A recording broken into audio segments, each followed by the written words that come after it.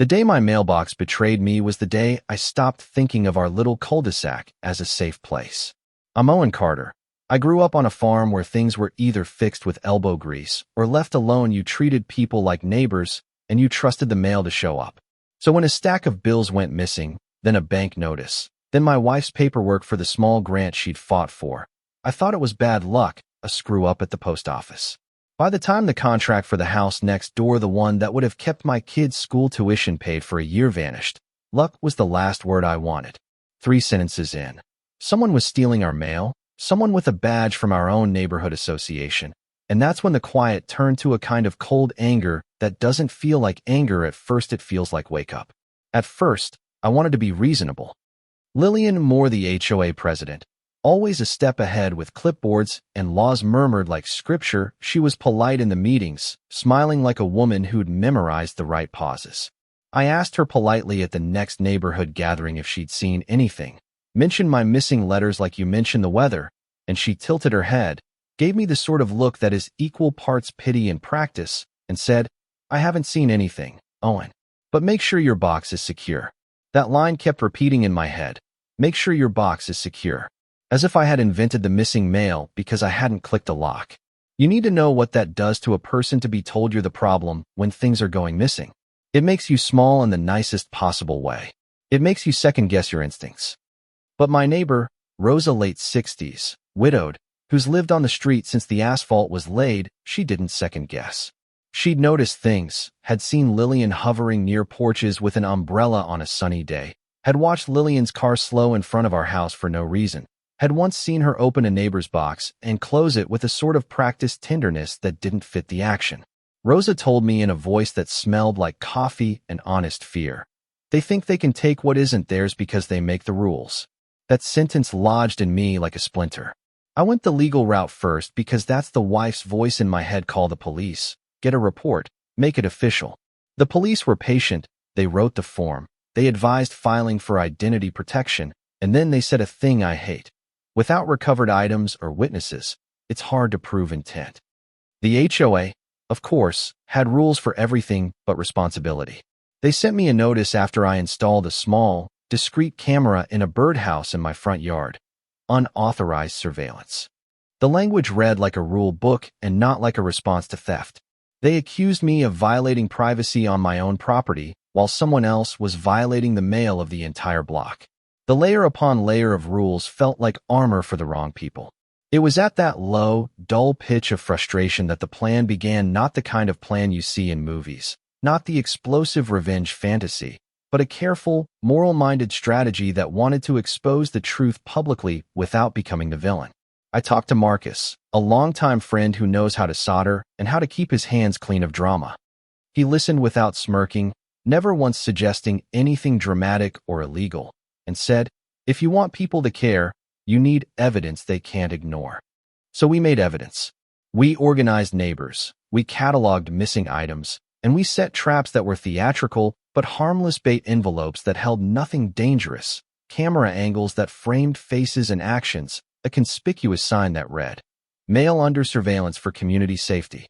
We wanted the world to see the act, not to teach a lesson with force.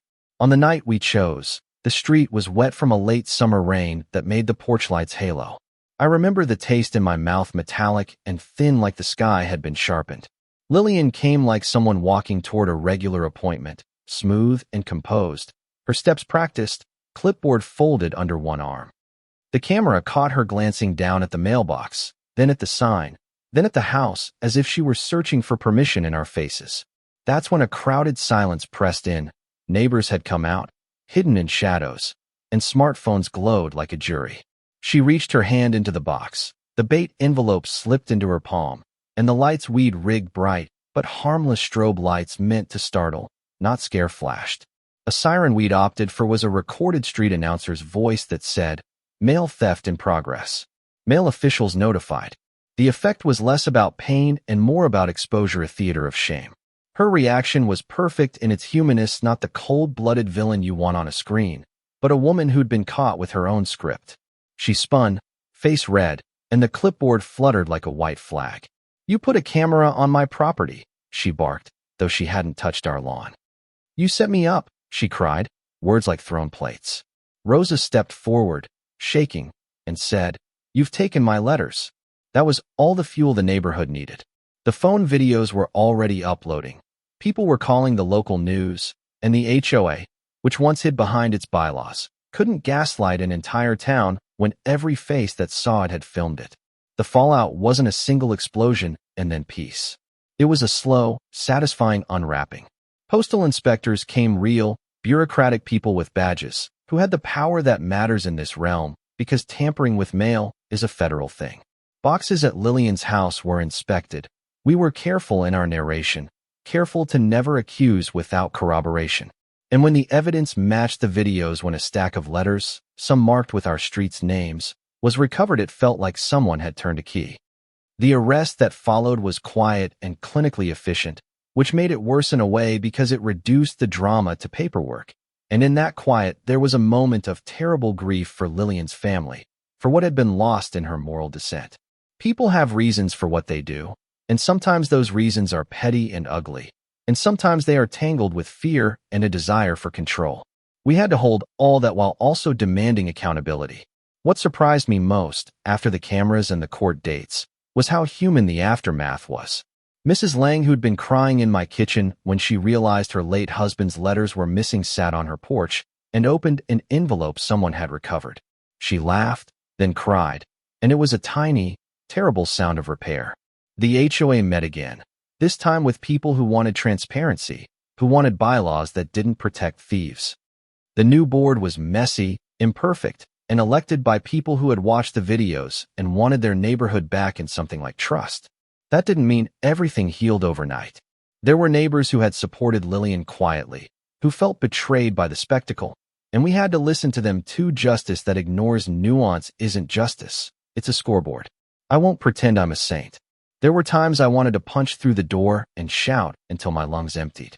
There were nights I lay awake thinking of all the ways systems protect the people who game them, and all the little ways ordinary folks pay the price. But I also learned something about courage, that it doesn't have to be loud. It can be the decision to gather neighbors, to make evidence that can't be dismissed, to ask for help instead of acting alone. It can be the willingness to face discomfort when the truth is messy. If there's a single image that stays with me, it's not the lights or the siren. It's an empty mailbox sitting in the morning sun after the storm, a single envelope on the curb like a small white flag. Neighbors walked by and picked it up, and for a moment people paused and smiled like the world had been realigned. That's what we were after, not revenge, but restoration, a return of ordinary dignity. So here's what I want you to do.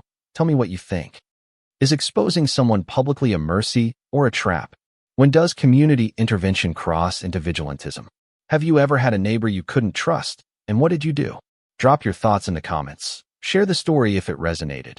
And if you live in a neighborhood, check on your neighbors. Sometimes the people who need help least say they don't, and sometimes the small acts of everyday watching are what keep communities honest.